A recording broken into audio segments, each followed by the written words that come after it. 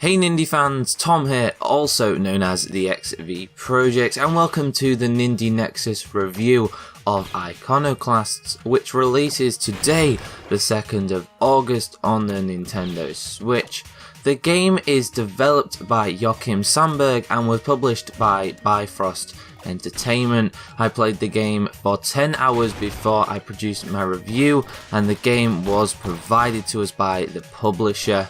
It'll be available on the eShop for $19.99. To classify Iconoclasts is an enigma in itself. Some call it an adventure platformer, some call it a Metroidvania. Others believe it to be called something very new which I haven't actually heard of before, a platformer. I've been looking forward to Iconoclasts for a long time, a really long time. So when it was announced it was coming to Switch in August, you can tell I was really excited for this one. But let's get right into the story of the game. Iconoclast focuses on a young girl called Robin, whose father recently passed away. Yes, I can tell what you're already thinking, this sounds basic and dull. Where is the twist, Tom? Well, let me finish. The world of Iconoclast is cheery on first glance, but there lies something more sinister. Under the surface, you find yourself in a world ruled by a religious authority with some very sinister ideas of how things should work.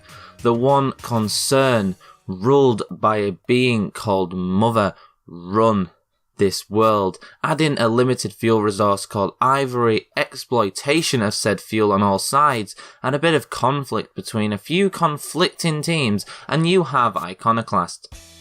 Not just a pixel platformer now, is it? In all seriousness, I loved exploring the world of Iconoclast, and I think that is down to the story more than anything. It really invests you in the world it creates. Iconoclast could have gotten away with a basic story like most platformers, but it strives for greatness and succeeds in doing so. I'm never too fussed about story in platformers, if I am honest. I love them in certain games, but not in a platformer. But Iconoclast manages to make me care, and trust me, that is a real triumph.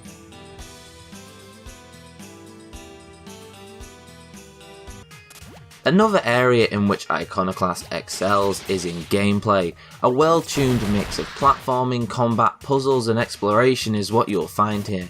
The creator of the game questioned the Metroidvania label attached to this game, and I understand why.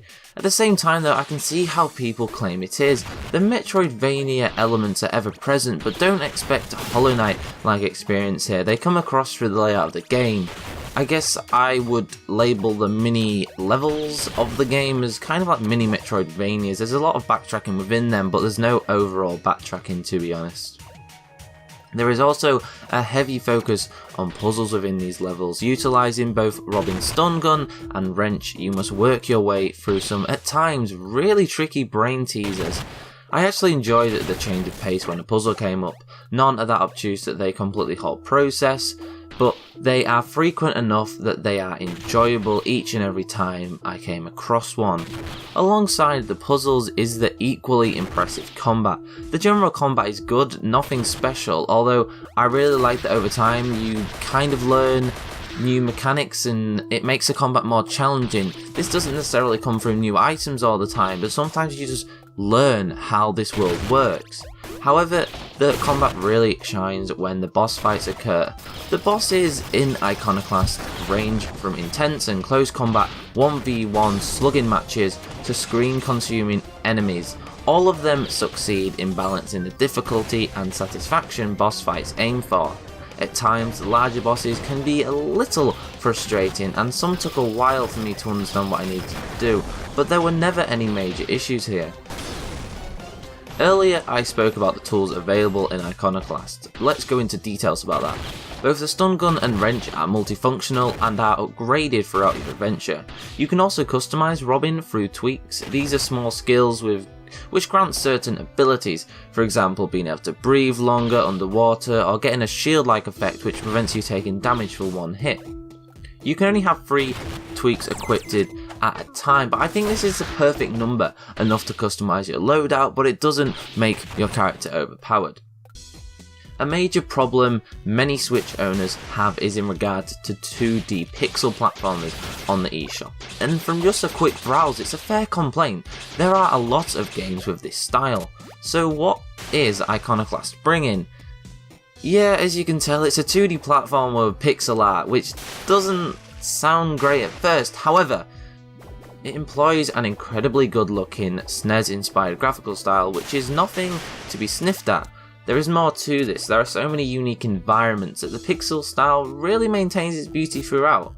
From forest, towns, deserts and underwater sections, your adventure takes you through many gorgeous places. Sometimes a game's art style can hold it back. I have experienced this many times before, but Iconoclast is not a game that goes through this. I know I'm gushing about this game, but I'm going to carry on when we talk about the audio, so get ready. Would I say the music is the best part of this game? No, but would I say it is an exceptional soundtrack and is an example of how game music should sound? Yeah, I think I'm going to do that. The soundtrack of Iconoclast does the job every soundtrack should do. It doesn't overpower the graphics or the gameplay or the game itself, it complements the game it exists within.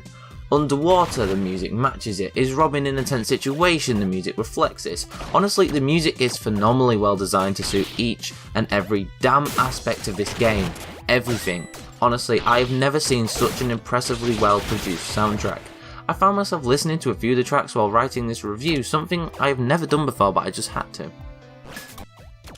At this point, what more can I say? I think you understand my opinion. Iconoclast lives up to everything I hoped and thought, and I knew it would be. I am currently playing the game on my second channel, so I'll leave a link in the description. It's my own channel, I like to do my own videos, and I'm so happy playing it. If you want an action-adventure platformer which still manages to give a great story, I really do not think there is a better game on the Nintendo Switch, especially on the eShop. And I mean that sincerely. This game is nothing short of an incredible experience. You get a story with depth, meaningful lessons, and real impact. Iconoclast looks like a sweet and simple platformer, but in reality it's a deep dive into real and hard-hitting themes. Pick this game up now. For that reason, I am going to award Iconoclast 9 hearts out of 10. This game is simply incredible, it is well worth an addition to your eShop library, and is a game that every single person who goes on the eShop should check out. I hope you guys enjoyed this review. This is our first video review, I guess you could call it that, because that's what it is. We have done a lot of reviews on the site, so if you're coming from YouTube and not from the site, go and check out the site. We do reviews nearly every day. There's always opinions, articles and whatnot. We've got competitions going on, there's Discord.